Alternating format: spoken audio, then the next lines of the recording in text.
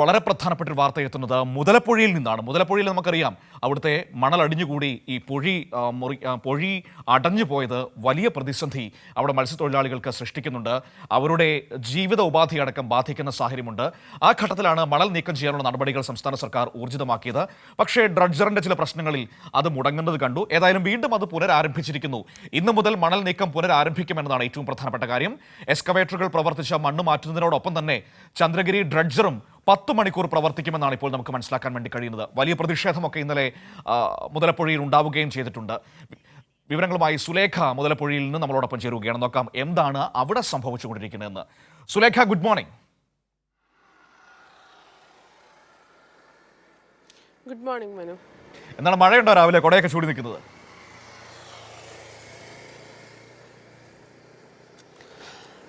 മനു, നമ്മൾ തീരദേശ പ്രദേശമായതുകൊണ്ട് തന്നെ രാവിലെ മുതൽ നേരിയ തോതിലുള്ള മഴയൊക്കെ ഈ മുതലപ്പുഴി പ്രദേശത്തുണ്ട്. എന്തായാലും നമ്മളിപ്പോൾ ഉള്ളത് മുതലപ്പുഴയാണ്. മനു നേരത്തെ സൂചിപ്പിച്ചതുപോലെ തന്നെ കഴിഞ്ഞ ദിവസം വലിയ രീതിയിലുള്ള പ്രതിഷേധം തന്നെയാണ് മത്സ്യത്തൊഴിലാളികളുടെ ഭാഗത്ത് നിന്നുണ്ടായത്. നമുക്ക് ദൃശ്യങ്ങളിൽ കാണാൻ കഴിയും. ഇതാണ് മുതലപ്പുഴി ഹാർബർ. ഇവിടെയാണ് ഈ മണ്ണടിഞ്ഞ് വലിയ രീതിയിലുള്ള പ്രശ്നം മത്സ്യത്തൊഴിലാളികൾക്ക് ഉണ്ടാകുന്നത്. ഈ ദൃശ്യങ്ങളിൽ കാണുന്നത് പോലെ 2 ഡ്രഡ്ജറുകളുണ്ട് ഇവിടെ. അതിൽ ഏറ്റവും വലുത് ഈ അറ്റത്തിരിക്കുന്ന കടലിനോട് ചേർന്ന് കിടക്കുന്നതാണ് ചന്ദ്രഗിരി ഡ്രഡ്ജർ. എന്തായാലും ഇത് ഈ മണൽ നീക്കം വീണ്ടും പുനരാരംഭിക്കുമെന്നുള്ളത് തന്നെയാണ് സർക്കാർ മത്സ്യത്തൊഴിലാളികളെ അറിയിച്ചിട്ട്. വലിയ രീതിയിലുള്ള പ്രതിഷേധം തന്നെയാണ് മത്സ്യത്തൊഴിലാളികളുടെ ഭാഗത്ത് നിന്ന് ഇന്നലെ വൈകിട്ടും രാത്രിയിലും ഒക്കെ തന്നെ ഉണ്ടായത്. ഇത്തരത്തിൽ മണൽ നീക്കം ഉടനടി നടത്തണം എന്നത് തന്നെയാണ് മത്സ്യത്തൊഴിലാളികളുടെ ഒരു ആവശ്യമായി അവർ ഉന്നയിക്കുന്ന ഒരു കാര്യമെന്ന് പറയുന്നത്. ഈ മണൽ നീക്കം പുനരാരംഭിക്കുമെന്ന് പറയുന്ന ഘട്ടത്തിൽ തന്നെ ഈ ചന്ദ്രഗിരി ഡ്രഡ്ജർ അത് വലിയൊരു ഡ്രഡ്ജറാണ്.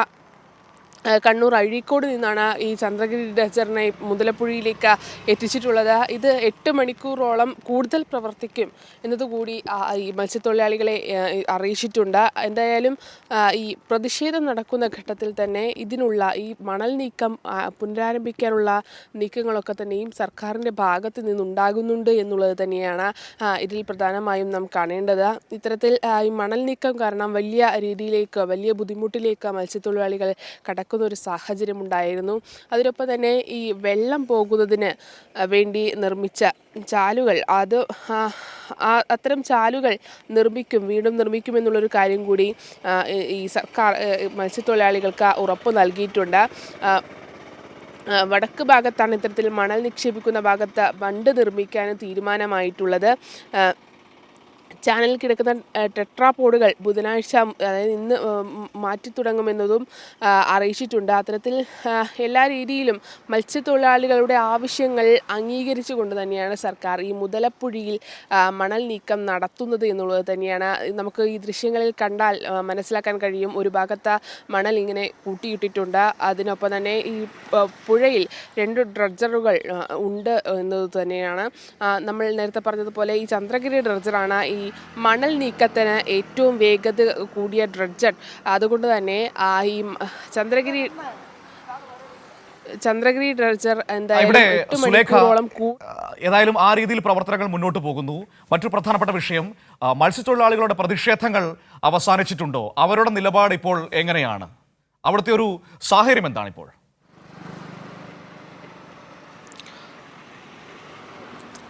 മനു, എന്തായാലും മത്സ്യത്തൊഴിലാളികൾ വലിയ രീതിയിലുള്ള പ്രതിഷേധത്തിൽ തന്നെയാണ്. നേരത്തെ സൂചിപ്പിച്ചതുപോലെ തന്നെ ഇന്നലെ വൈകിട്ടോടുകൂടി വലിയ പ്രതിഷേധത്തിലേക്ക്, റോഡ് ഉപരോധം അടക്കമുള്ള പ്രതിഷേധങ്ങളിലേക്ക് മത്സ്യത്തൊഴിലാളികൾ കടന്നിരുന്നു. ഒപ്പം ഈ മത്സ്യത്തൊഴിലാളികൾ റോഡ് ഉപരോധിക്കുന്ന ഘട്ടത്തിൽ തന്നെ ഇത്തരത്തിൽ അസിസ്റ്റന്റ് എഞ്ചിനീയറുടെ കാര്യാലയമൊക്കെ തകർക്കുന്ന സാഹചര്യത്തിലേക്കും മത്സ്യത്തൊഴിലാളികൾ കടന്നിരുന്നു. അസിസ്റ്റന്റ് എഞ്ചിനീയറുടെ കാര്യാലയത്തിൻ്റെ ജനൽ ചില്ലുകൾ ഈ പ്രതിഷേധക്കാരുടെ ഭാഗത്തു നിന്നുള്ള ആളുകൾ തകർക്കുന്ന ഒരു നിലയുണ്ടായി. ഇവരെ പോലീസ് ഇന്നലെ കസ്റ്റഡിയിലെടുത്തിരുന്നു. അവർ ഇന്ന് വിട്ടു നൽകുമെന്നുള്ളൊരു കാര്യമാണ് നമുക്ക് മനസ്സിലാക്കാൻ കഴിയുന്നത്. എന്തായാലും പിടികൂടിയ വ്യക്തി ഇപ്പോഴും കോസ്റ്റൽ പോലീസിൻ്റെ പിടിയിലാണ്. എന്തായാലും ഇന്നും ഇത്തരത്തിൽ പ്രതിഷേധങ്ങൾ ഉണ്ടാകാനുള്ള സാഹചര്യങ്ങൾ നിലനിൽക്കുന്നുണ്ട്. അതിനൊപ്പം തന്നെ പോലീസ് ഈ പ്രതിഷേധങ്ങളെയും ഒപ്പം സർക്കാർ ഈ പ്രതിഷേധങ്ങളെയും നേരിടാനുള്ള ഒരു തയ്യാറെടുപ്പിൽ തന്നെയാണ് എന്നുള്ളത് തന്നെയാണ്. 8 മണിക്ക് മത്സ്യത്തൊഴിലാളികളുടെ അടിയന്തര മീറ്റിംഗ് നടക്കുന്നുണ്ട്.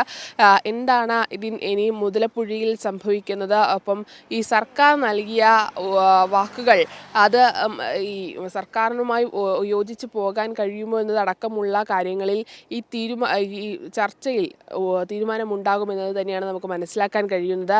എന്തായാലും മനു സൂചിപ്പിച്ചതുപോലെ തന്നെ വലിയ രീതിയിലുള്ള പ്രതിഷേധങ്ങളാണ് മത്സ്യത്തൊഴിലാളികളുടെ ഭാഗത്ത് നിന്നുണ്ട്. അത് അക്രമത്തിലേക്ക് അടക്കം കടക്കുന്ന നിലയുണ്ടായിരുന്നു. പോലീസിനെ പ്രകോപിപ്പിക്കുന്ന തരത്തിലുള്ള അക്രമങ്ങളിലേക്ക് മത്സ്യത്തൊഴിലാളികൾ കടക്കുന്ന ഒരു സാഹചര്യം. ഒപ്പം നേരത്തെ സൂചിപ്പിച്ചതുപോലെ തന്നെ അസിസ്റ്റന്റ് എഞ്ചിനീയറുടെ കാര്യാലയമൊക്കെ അടിച്ചു തകർക്കുന്ന ഒരു നിലയിലേക്ക് പ്രതിഷേധക്കാർ കടന്നിരുന്നു. എന്തായാലും ഇന്ന് നിലവിൽ സ്ഥിതി ശാന്തമാണ്. ഇനി 8 മണിയോടുള്ള ചർച്ചയിൽ എങ്ങനെയാണ് കാര്യങ്ങൾ പോകുന്നത് എന്നതുകൂടി അറിയേണ്ടതുണ്ട്. നിലവിൽ എന്തായാലും മുതലപ്പുഴയിൽ സ്ഥിതി ശാന്തമാണ്. അല്പസമയത്തിനും ഒരു 10 തന്നെ ചർച്ചകൾ ആരംഭിക്കും. അതോടൊപ്പം തന്നെ മണൽ നീക്കുന്നതിനുള്ള നടപടികളും ആരംഭിക്കും. ചന്ദ്രഗിരി ഡ്രഡ്ജറും ഒപ്പം തന്നെ എക്സ്കവേറ്ററുകളും എല്ലാം വളരെ ഊർജിതമായി പ്രവർത്തിച്ചുകൊണ്ടാണ് മണൽ നീക്കുന്നതിനുള്ള നടപടികൾ മുന്നോട്ട് പോകുന്നത്. പക്ഷേ ഇതിനുണ്ടായ ചില തകരാറുകളാണ് വീണ്ടും പുഴയിലേക്ക് മണ്ണ് അടിയുന്നതിന് കാരണമായത്. വലിയ പ്രതിഷേധം മത്സ്യത്തൊഴിലാളികളുടെ ഭാഗത്തു നിന്ന് വന്നു. സ്വാഭാവികമാണ്, കാരണം അവരുടെ ജീവിതം അന്നം മുട്ടുമ്പോൾ പ്രതിഷേധമുണ്ടാവുക സാധാരണമാണ്. പക്ഷേ അതിനെ മുതലെടുക്കാനുള്ള വലിയ ശ്രമങ്ങൾ ഇതിനിടയിൽ കൂടി നടത്തുന്നു എന്നതാണ് നമ്മളിവിടെ ശ്രദ്ധിക്കേണ്ട ഒരു പ്രധാനപ്പെട്ട വിഷയമെന്ന് പറയുന്നത്. അവരുടെ വികാരപരമായ ആവശ്യങ്ങളെ മുതലെടുത്തുകൊണ്ട് കലാപമുണ്ടാക്കാനുള്ള ശ്രമങ്ങൾ അതിനിടയിൽ കൂടി ചിലർ നടത്തുന്നുണ്ട് എന്നതാണ് ഏറ്റവും പ്രധാനപ്പെട്ട കാര്യം. ഏതായാലും അത്തരത്തിലുള്ള ശ്രമങ്ങളെയൊക്കെ തടഞ്ഞുകൊണ്ട് മത്സ്യത്തൊഴിലാളികൾക്കൊപ്പം നിന്നുകൊണ്ട് അവരുടെ ആവശ്യങ്ങൾ പരിഗണിച്ചുകൊണ്ട് മുന്നോട്ട് പോവുക എന്നത് തന്നെയാണ് സർക്കാർ ചെയ്തുകൊണ്ടിരിക്കുന്നത്. അതാണിപ്പോൾ നമുക്കവിടെ കാണാൻ കഴിയുന്നത്. ഏതായാലും എത്രയും വേഗം മണൽ മാറ്റി ആ പൊഴി പൂർണ്ണമായ രീതിയിൽ മുറിക്കാൻ കഴിയട്ടെ. അവരുടെ മത്സ്യത്തൊഴിലാളികളുടെ ജീവിത ഉപാധികൾ അവർക്ക് ഏറ്റവും നല്ല രീതിയിൽ ഉപയോഗിക്കാൻ കഴിയട്ടെ എന്ന് നമുക്ക് ആഗ്രഹിക്കാം.